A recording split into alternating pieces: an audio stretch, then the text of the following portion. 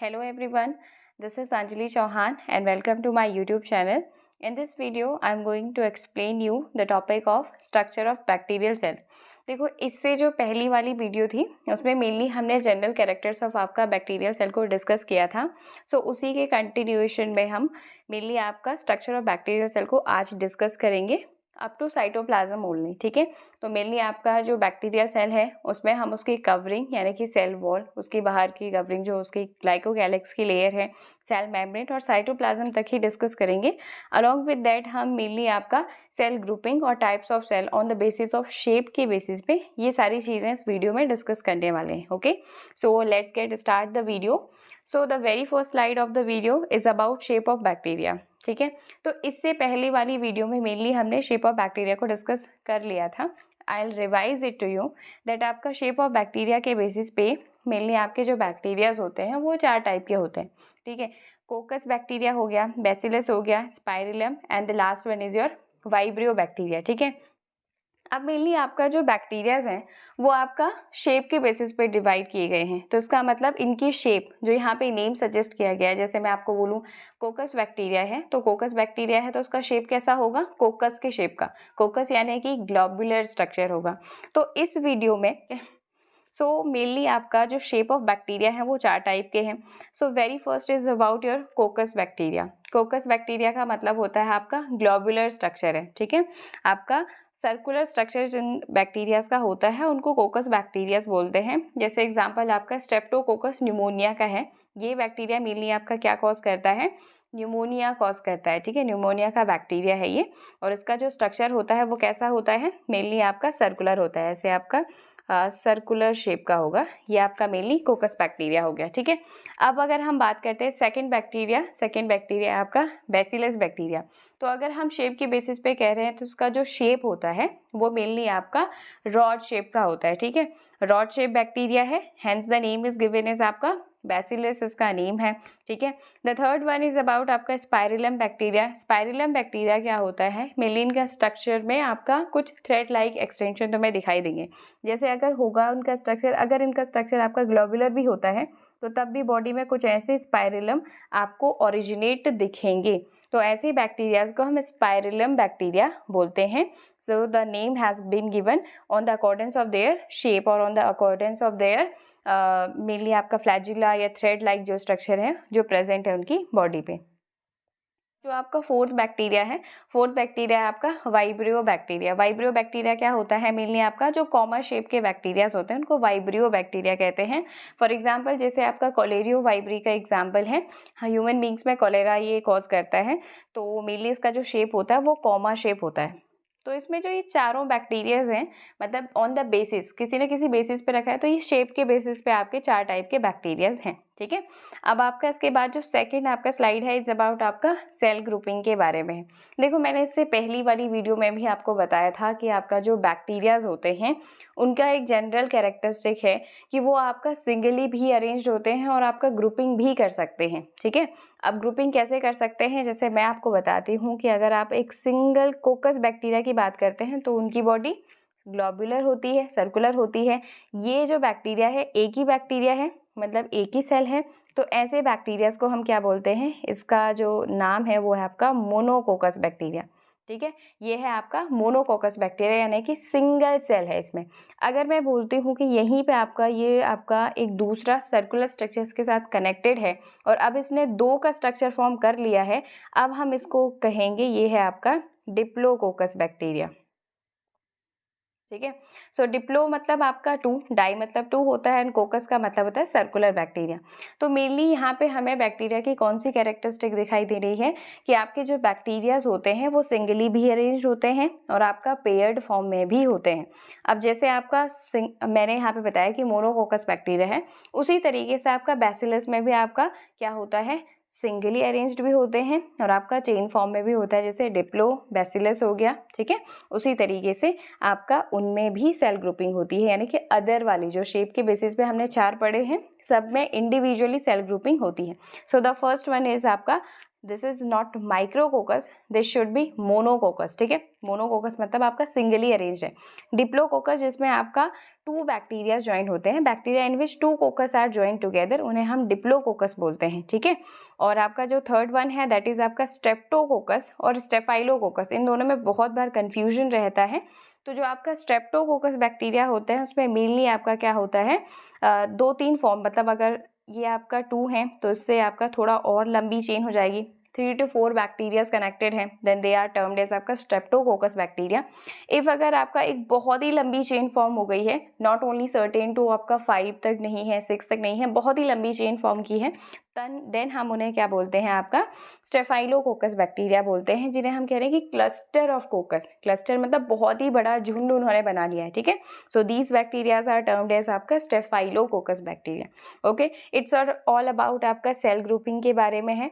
अब अगर हम पढ़ते हैं, आपका मेन जो आज का टॉपिक है वो है स्ट्रक्चर ऑफ बैक्टीरियल सेल है। उसमें अभी ये जो आपका डायग्राम यहाँ पे दिखाई दे रहा है, मैं 1 बाय 1 आपको इसको डिस्कस कर देती हूँ, और उसके बाद जो मेनली आपका आज का टॉपिक है अप टू साइटोप्लाज्म तक ही है।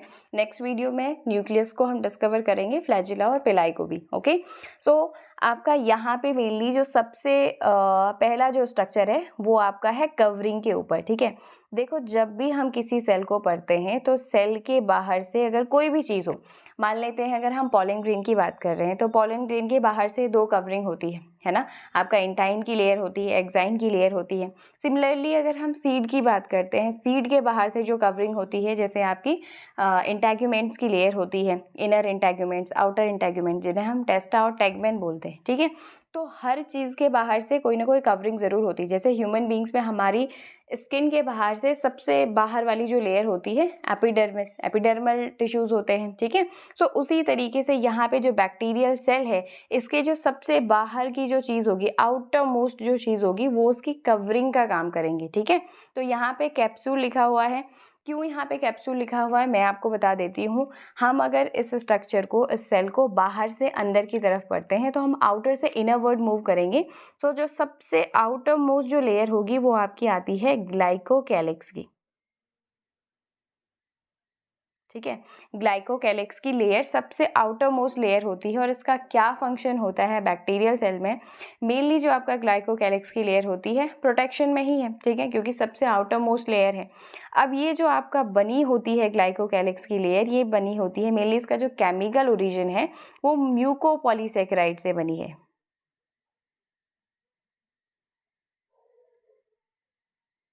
ठीक है। किससे बनी हुई है, आपका म्यूकोपॉलीसैकेराइड से, ठीक है। म्यूकोपॉलीसैकेराइड यानी कि आपका कार्बोहाइड्रेट का ही पॉलीसैकेराइड है, इसका मतलब आपका सैकरिन की एक बहुत लंबी चेन है, ठीक है। सो आपका ग्लाइकोकैलिक्स क्या है, सबसे आउटर मोस्ट लेयर है, क्योंकि हम आउटर से इनर की तरफ मूव करते हुए चल रहे हैं, ठीक है। सो this is the outer most layer, ठीक है। ये आपका सबसे आउटर मोस्ट लेयर है, कवरिंग का काम करती है। अब यहाँ पे हमने ग्लाइकोकैलिक्स, इस स्ट्रक्चर में हम ग्लाइकोकैलिक्स की बजाय कैप्सूल पढ़ रहे हैं, तो why capsule has been written here. तो मैं आपको बता देती हूँ कि जो आपका ग्लाइकोकैलिक्स होता है, ग्लाइकोकैलिक्स आपका 2 उसमें डिवाइडेड होता है। मेनली जो आपका ग्लाइकोकैलिक्स है, it is divided into 2 form. देखो, एक तो आपको कैप्सूल पढ़ने में आएगा और दूसरा आपने पढ़ा होगा slime layer. Okay, so why capsule has been written here और why not the slime layer. तो जो आपका कैप्सूल वाली लेयर होती है ये बहुत ही रिजिड लेयर है, ठीक है। रिजिड है मतलब हार्ड स्ट्रक्चर को फॉर्म कर रही है, जबकि आपकी जो स्लाइम लेयर होती है वो आपका लूज लेयर होती है, ओके, ठीक है। और इन दोनों के अलग अलग फंक्शन है, ठीक है। मेनली कैप्सूल का जो फंक्शन होता है वो इसे पैथोजेनिसिटी प्रोवाइड कराते हैं, ओके। पैथोजेनिसिटी का मतलब है मेनली ये इन्हें डिजीज कॉजिंग नेचर को शो करता है। इनके जिन भी बैक्टीरियल सेल में आपका कैप्सूल की लेयर होगी, एक तो वो बहुत ज़्यादा रिजिड होंगे, हार्ड उनका स्ट्रक्चर होगा, दूसरी चीज़ उनमें पैथोजेनिसिटी होगी, यानी कि वो डिजीज़ कॉज कर सकते हैं। सो जितने भी डिजीज कॉजिंग बैक्टीरिया हैं, सच है जैसे आपका वाइब्रियो कॉलेरी है, या टीबी का बैक्टीरिया है, टाइफाइड का बैक्टीरिया है, इन सारे बैक्टीरियाज में क्या होते हैं, आपका कैप्सूल की लेयर प्रेजेंट होती है, ग्लाइकोकैलिक्स का ही पार्ट है, ठीक है। ग्लाइकोकैलिक्स की ही लेयर या तो कैप्सूल की हो सकती है या तो स्लाइम लेयर हो सकती है। और स्लाइम लेयर का भी एक फंक्शन होता है, ये मेनली आपका क्या कराता है, डेसिकेशन को प्रिवेंट कराता है। डेसिकेशन समझते हैं आप लोग। डेसिकेशन का मतलब होता है ड्राई एटमॉस्फेयर, ठीक है। जब भी कभी अनफेवरेबल कंडीशन आती है, मेनली जब आपका पानी की कमी हो गया, वाटर स्ट्रेस हो गया है, तो वाटर स्ट्रेस के टाइम पे जो आपका स्लाइम लेयर होती है वो क्या कराती है, प्रिवेंट कराती है इस कंडीशन को, डेसिकेशन को प्रिवेंट कराती है, सच दैट आपका पानी की कमी ना हो, ठीक है। तो आपका ये कैप्सूल वाली लेयर आपको समझ में आ गई कि क्यों यहाँ पे कैप्सूल लिखा है, why not the slime has been written here. So capsule आपका क्या होता है, रिजिडिटी के साथ साथ पैथोजेनिसिटी भी प्रोवाइड करवाता है। तो उसके बाद जो आपका मिडिल वाली जो लेयर होती है, मिडिल वाली लेयर है आपकी सेल वॉल की, ठीक है। हमको सभी को पता है कि हर ऑर्गेनिज्म में मेनली आपका, जैसे प्लांट्स में आपका क्या होता है, सेल वॉल प्रेजेंट होता है, फंगस में सेल वॉल प्रेजेंट होता है, और आपका बैक्टीरियल सेल में भी सेल वॉल प्रेजेंट होता है। और यहाँ पे जो आपका सेल वॉल बनी होती है वो किसकी बनी होती है, वो पेप्टाइडोग्लाइकन की बनी होती है। सब तो आपका पेप्टाइडोग्लाइकन, ठीक है। पेप्टाइडोग्लाइकन में हम जो नाम पढ़ रहे हैं वो बहुत ही इंडिविजुअली समझ में आ रहा है कि आपका ये पेप्टाइड की लेयर है प्लस आपका ग्लाइकन की लेयर है। पेप्टाइड का मतलब होता है प्रोटीन एंड ग्लाइकन का मतलब है ग्लूकोज, ठीक है। और उनमें से भी अगर हम स्पेसिफिकली बात करते हैं तो आपका एन एसिटाइल ग्लूकोसामाइन और एन एसिटाइल म्यूरामिक एसिड, इनसे मेनली आपका स्ट्रक्चर इनका फॉर्म होता है, ठीक है। और यहाँ पे सेल वॉल का फंक्शन क्या होता है, तो फंक्शन मेनली आपका क्या होता है, ऑस्मोटिक जो बर्स्टिंग होती है उसे रोकने के लिए। कभी भी कोई सेल है, अगर मान लेते हैं ये सेल है, हम सेल की सबसे पहले जो ये लेयर मैंने बनाई, ये सेल वॉल ही होती है या सेल मेम्ब्रेन हो सकती है, ठीक है। तो रिजिडिटी प्रोवाइड कराता है, सपोर्ट प्रोवाइड कराता है, शेप प्रोवाइड कराता है, ठीक है। किसी भी सेल का क्या शेप होगा ये उसके सेल वॉल पर ही डिपेंड करता है या उसके सेल मेम्ब्रेन पे डिपेंड करता है। तो सेल वॉल का काम है शेप प्रोवाइड करने का, स्ट्रक्चर प्रोवाइड करने का, ऑस्मोटिक बर्स्टिंग से रोकने का, ठीक है। तो these are the some functions of आपका सेल वॉल के, ये फंक्शंस है, ठीक है। अब आपका उसके बाद आती है जो तीसरी इनर मोस्ट लेयर है, वो है प्लाज्मा मेम्ब्रेन। देखो प्लाज्मा मेम्ब्रेन को हम सेमी परमिएबल मेम्ब्रेन भी बोलते हैं। क्यों बोलते हैं, बिकॉज ये जो मेम्ब्रेन होती है ये आपका सेलेक्टिवली परमिएबल होती है, कुछ चीज़ों को आने देगी, कुछ चीज़ों को रोक देती है। तो उसका जो नेचर है वो काफ़ी कंजर्वेटिव नेचर है, मतलब सेलेक्टिवली, हाईली सेलेक्टिव होती है, ठीक है। और इनमें मेनली आपका ये क्या करते हैं, माइक्रो मॉलिक्यूल्स को पास थ्रू कर देते हैं और मैक्रो मॉलिक्यूल्स को पास नहीं करते हैं। मान लेते हैं बाहर से कुछ ऐसे रिजिड मॉलिक्यूल्स हैं, ये मैक्रो मॉलिक्यूल हैं और ये आपके माइक्रो मॉलिक्यूल है। माइक्रो थोड़े छोटे होते हैं, मैक्रो थोड़े बड़े होते हैं, ठीक है। तो सेल वॉल मेनली क्या करती है, सेल वॉल का काम है कि ये इन्हें अंदर ही नहीं आने देती, और प्लाज्मा मेम्ब्रेन का क्या काम है कि इन दोनों में से ये सिलेक्शन करेगी कि विच विल गो इनसाइड, ठीक है। इनसाइड कौन जाएगा, तो प्रेफरेंस देने का काम आपका प्लाज्मा मेम्ब्रेन का है, हाईली सिलेक्टिव होती है, ठीक है। फिर उसके बाद हम पढ़ते हैं आपका मीजोसोम्स, तो ठीक है। तो स्ट्रक्चर में जब हम देख रहे हैं तो मीजोसोम क्या होती है, कुछ इनर फोल्डिंग्स दिखाई दे रही हैं, और किससे ओरिजिनेट हो रही हैं, सबसे इनर वाली मेम्ब्रेन से, यानी कि प्लाज्मा मेम्ब्रेन से कुछ अंदर की तरह इन फोल्डिंग्स निकल रहे हैं, इनको हम क्या कहते हैं, मीजोसोम। और इन पे कुछ रेस्पिरेटरी सबस्ट्रेट आपके अटैच होते हैं, ठीक है। और मीजोसोम आपका क्या करता है, जब भी आपका सेल मेम्ब्रेन को ब्रेक होना होता है सच दैट आपका, ताकि वो बाइंड्री फिजन करके अपनी डॉटर सेल को फॉर्म कर सके, तो यहाँ पे बीच में ब्रेक करने के लिए आपका मीजोसोम काफ़ी हेल्पफुल होते हैं। So these are infoldings of plasma membrane which contain mainly some type of substrates, भी respiratory substrate को भी contain करता है और mainly help करता है आपका सेल ग्रुपिंग में, सेल ग्रुपिंग में इन द सेंस आपका ब्रेक डाउन में, ब्रेकिंग में हेल्प करते हैं। देन उसके बाद आपका मीजोसोम के बाद आपका जो अंदर वाली जो सब्सटेंस है वो आपका साइटोप्लाज्म है। साइटोप्लाज्म का मतलब सिंपल आपका क्या होता है, जो फ्लूइड पार्ट होता है किसी भी सेल का, जो फ्लूइड वाला पोर्शन है वो आपका साइटोप्लाज्म है, जिसमें सारी मेटाबॉलिक एक्टिविटीज परफॉर्म होती है, वही उसका साइटोप्लाज्म, किसी भी सेल का साइटोप्लाज्म होता है। तो यानी कि fluid part of bacterial cell आपका वही उसका साइटोप्लाज्म है, जिसमें बहुत सारी मेटाबॉलिक एक्टिविटीज परफॉर्म हो रही हैं, या बहुत सारे जो सेल ऑर्गेनीज हैं वो उनको कंटेन करता है, लाइक उसका न्यूक्लियस उसने कंटेन किया है, मीसोसोम उसने कंटेन किया है, इंक्लूजन बॉडीज कंटेन की है. सो दिस इज कॉल्ड आपका साइटोप्लाज्म. ओके, उसके बाद वहाँ पे हम देख रहे हैं कि आपका न्यूक्लियोइड लिखा है. हमने पहले भी पढ़ा था कि जो आपका बैक्टीरियल सेल होता है उसके न्यूक्लियस को हम न्यूक्लियोइड बोलते हैं, because there is not a complete nuclear membrane is around the site the genetic material. Okay, ठीक है, यहाँ पे जेनेटिक मटेरियल दिखाई दे रहा है. दिस इज जेनेटिक मटेरियल और ये काफ़ी ओपन टाइप का है, कोई कवरिंग इसके बाहर से नहीं दिखाई दे रही है. ऐसा लग रहा है कि ये फैल रखा है, स्कैटर्ड है. ठीक है, इसीलिए इसके न्यूक्लियस को इंसिपिएंट न्यूक्लियस, स्कैटर्ड न्यूक्लियस बोलते हैं. Okay, so this is cytoplasm and there is a scattered nucleus present in the mid of the cytoplasm. Okay, अब उसके बाद आपका जो स्ट्रक्चर हमें दिखाई दे रहा है वो है आपका मेनली फ्लैजिला. फ्लैजिला का क्या फंक्शन होता है? मेनली आपका मोबिलिटी प्रोवाइड कराता है बैक्टीरियल सेल को. अब देखो, मोबिलिटी प्रोवाइड कराने के लिए इस फ्लैजिलम में क्या क्या चीज़ें प्रेजेंट हैं. मेनली फ्लैजिलम में आपका क्या होता है, एक आपका होता है head, then basal body and आपका टेल पार्ट. जो हेड वाली बॉडी होती है वो मेनली आपका अटैच्ड होती है विद द सेल मेम्ब्रेन के साथ, वो अटैच्ड होती है. ठीक है, और जो बेसल बॉडी होती है वो मेनली कनेक्ट करती है हेड वाले पोर्शन को टेल वाले पोर्शन के साथ. और टेल वाली पोर्शन जो होती है इनर टू आउटर आपका क्या होती है, आपका बिल्कुल एक्सटेंडेड होती है. और इन्हीं एक्सटेंशन के कारण मेनली जो आपका बैक्टीरियल सेल होती है वो मोबिलिटी कर सकते हैं. ठीक है, सो ये आपका फ्लैजिलम का फंक्शन हो गया यहाँ पे.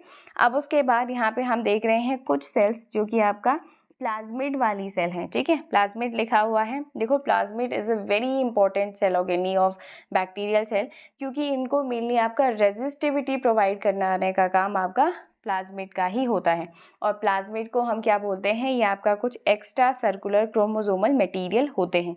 जो इनका स्ट्रक्चर भी है वो आपका सर्कुलर यहाँ पे दिखाई दे रहा है. ठीक है, अब उसके बाद आपके पास दिखाई दे रहा है इंक्लूजन बॉडीज. इंक्लूजन बॉडी का क्या काम है, ये कुछ आपके फैट के ग्लोब्यूल्स होते हैं, कुछ कार्बोहाइड्रेट के होते हैं, कुछ ऑयल के ग्लोब्यूल्स होते हैं. और इनका फंक्शन फूड को स्टोर करने में होता है. जब भी कभी अनफेवरेबल कंडीशंस आती हैं, ऐसी कंडीशन जहाँ पे वो खाना खुद नहीं बना पा रहे हैं, ठीक है, तो ऐसी कंडीशंस में ये जो ग्लोब्यूल्स होते हैं, इन ग्लोब्यूल्स को यूज़ करके वो अपनी मेटाबॉलिक एक्टिविटीज़ को कंटिन्यूएशन में रख पाते हैं. ठीक है, देन उसके बाद यहाँ पे आपका पॉलीराइबोसोम दिखाई दे रहा है. ठीक है, पॉलीराइबोसोम का मतलब होता है कि बहुत सारे छोटे छोटे राइबोसोम आपका कनेक्टेड है in a long chain, that is called आपका पॉलीराइबोसोम. देन उसके बाद एक लास्ट चीज़ लिखी हुई है अबाउट द पाइलेस, यानी कि पिलाई के बारे में कहा गया है. देखो, पिलाई बहुत इंपॉर्टेंट स्ट्रक्चर है, क्योंकि पिलाई आपका कॉन्जुगेशन के लिए रिस्पॉन्सिबल होता है.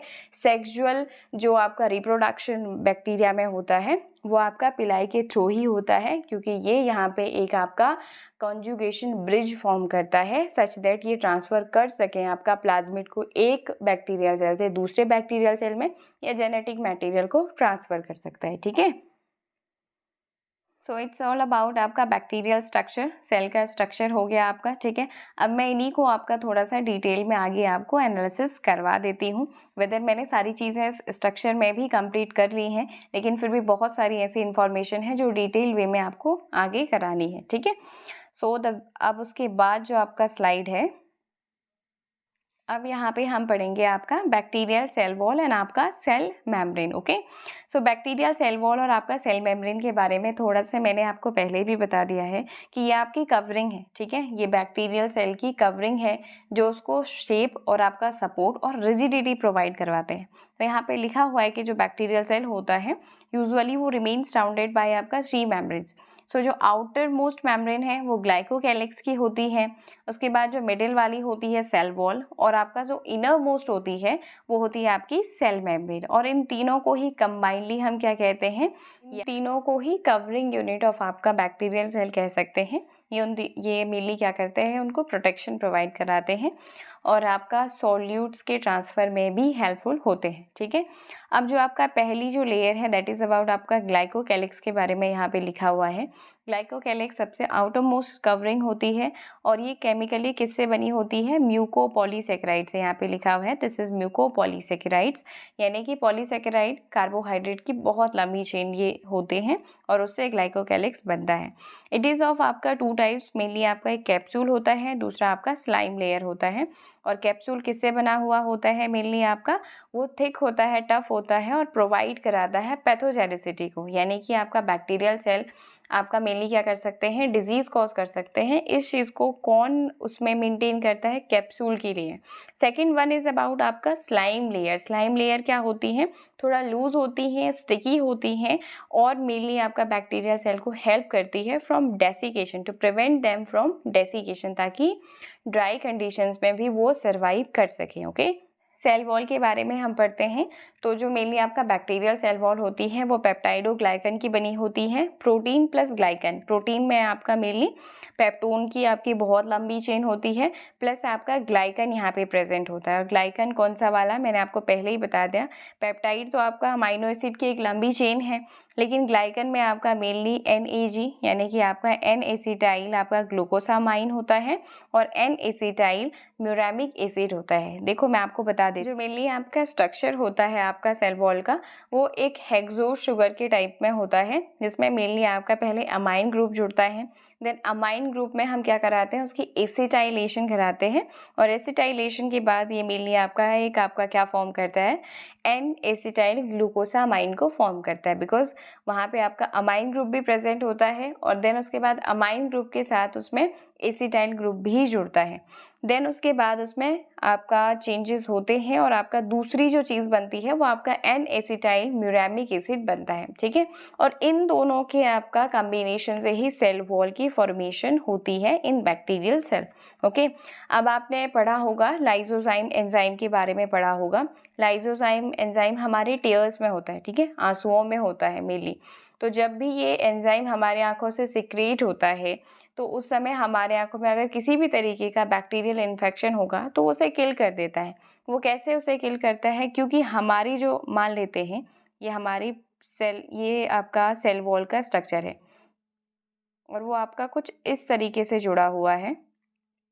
यहाँ पे NAG है, फिर आपका NAM है, फिर आपका NAG है और फिर से आपका NAM है, क्योंकि स्ट्रक्चर आपका ऐसे ही बैलेंस होता है, ये ऐसे ही सेल वॉल की फॉर्मेशन करता है। तो मेनली जो आपका लाइसोजाइम एंजाइम होता है, लाइसोजाइम एंजाइम आपका टीओएस में प्रेजेंट होता है। ये क्या ब्रेक कर देता है, यहाँ पे इन दोनों के बीच में जो बॉन्ड बना है, इस ग्लाइकोसिडिक बॉन्ड को ये ब्रेक कर देता है बिटवीन NAM एंड आपका NAG, और जिसके कारण बैक्टीरियल सेल आपका सर्वाइव नहीं कर पाती है, बिकॉज जब ये टूट जाएगा ये बॉन्ड तो सेल वॉल ब्रेक हो जाएगी, जिसके कारण आपका साइटोप्लाज्म का जो सारा मटीरियल है वो शेड ऑफ हो जाएगा, ठीक है। सारी चीज़ें आपका क्या हो जाएंगी, टूट जाएंगी, जिसके कारण आपका बैक्टीरियल सेल आपका बर्स्ट हो जाएगा, मतलब आपका ऑस्मोटिक बर्स्टिंग उसमें हो जाएगी, ठीक है। अब यहाँ पे हमने एक दूसरी चीज़ भी पढ़ी है, जैसे लाइसोजाइम एंजाइम होता है वैसे ही आपका एक मेनली पेनिसिलिन होता है, ठीक है। पेनिसिलिन आपका एक फंगस से ओरिजिनेट है, पेनिसिलियम फंगस होता है, उससे हम पेनिसिलिन एंटीबायोटिक बनाई है। ये एंटीबायोटिक किल करती है आपके किसको, बैक्टीरियाज को किल करती हैं। कैसे करती हैं, ये भी मेनली इसी मैकेनिज्म पे किल करती हैं कि ये इनके बीच के बॉन्ड को तोड़ देते हैं। लेकिन आपने देखा होगा जो पेनिसिलिन एंटीबायोटिक होती है ये मेनली माइकोप्लाज्मास को ब्रेक नहीं कर सकती हैं, माइकोप्लाज्मा को किल नहीं करती हैं, ठीक है। ऐसा क्यों है कि माइकोप्लाज्मा को किल नहीं कर पा रहे हैं, क्योंकि जो माइकोप्लाज्मास होते हैं उनमें मेनली सेल वॉल नहीं प्रेजेंट होती है। If there is no cell wall so there is no bond, ठीक है, वहाँ पे कोई बॉन्ड ही नहीं है जिस बॉन्ड को वो तोड़ेंगे। अब इसीलिए आपका जो पेनिसिलिन एंटीबायोटिक है माइकोप्लाज्मास को किल नहीं कर पाती है, ठीक है। सो दिस इज ब्रीफ अबाउट आपका सेल वॉल के बारे में है, और इसका जो रोल होता है वो मेनली शेप प्रोवाइड करने का होता है, स्ट्रक्चर प्रोवाइड करने का होता है, और ये से प्रिवेंट कराता है आपका ऑस्मोटिक बर्स्टिंग से। ओके, अब हम पढ़ते हैं आपका सेल मेम्ब्रेन के बारे में। तो जो आपका सेल मेम्ब्रेन होती है वो आपका एक लिपिड की बाई लेयर है, ठीक है। यहाँ पे एक चीज़ लिखी हुई है बाई लेयर, आपको इस बात पे बहुत ध्यान देना है, why it has been written that it is a bilayer. तो यहाँ पे आपका लिपिड, और लिपिड में भी आपका मेनली फॉस्फोलिपिड की ये बाई लेयर होती है। तो कुछ इस तरीके से स्ट्रक्चर होता है।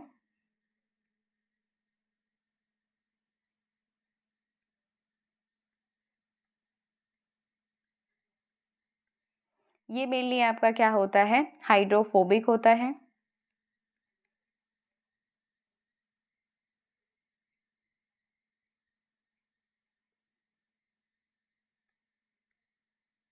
और ये वाला जो एंड होता है ये हाइड्रोफिलिक होता है, ठीक है। हाइड्रोफिलिक का मतलब होता है वाटर लविंग, फोबिक का मतलब होता है वाटर हीटिंग स्पीशीज, ठीक है। तो बाहर की तरफ से तो आपका जो पानी है यानी कि वाटर वाले सब्सटेंस है वो एंटर कर सकते हैं, पर यहाँ पे ये मेनली आपका वाटर हीटिंग और लिपिड लविंग हो जाते हैं, सिर्फ लिपिड ही अंदर जा सकते हैं। तो मेनली जो आपका सेल मेम्ब्रेन होती है उनमें कुछ आपका प्रोटीन्स भी लगे होते हैं, कुछ इंट्रिंसिक और आपका एक्सट्रिंसिक प्रोटीन, जो मेनली आपका क्या करती है, कैरी करने का काम करती है इन चीज़ों को। अब मैंने आपको बताया था कि जो सेल मेम्ब्रेन है उसका नाम है semi permeable membrane.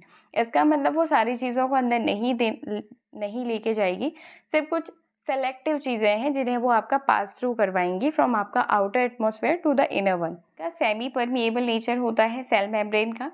Semi permeable nature में आपका मेनली क्या करेंगे, कुछ सॉल्यूट्स और कुछ आपके आयंस ही पास थ्रू हो सकते हैं इस मेम्ब्रेन से, नॉट ऑल द मटेरियल, सारे मटेरियल्स अंदर मूव नहीं होंगे since it is semi permeable in nature, ठीक है। तो यहाँ पे लिखा है कि only solvents can move, not solute can pass through them, ठीक है। सॉल्यूट पास नहीं होते हैं और सिर्फ आपका कुछ सॉल्वेंट ही पास कर पाते हैं। सेलेक्टिवली ये कुछ परमिएबल होते हैं, सेलेक्टिवली परमिएबल ये मेम्ब्रेन होती है, ठीक है। और ये आपका फॉस्फोलिपिड से बनी हुई होती है, लिपिड की, फॉस्फोलिपिड की ये एक बाई लेयर है, ओके।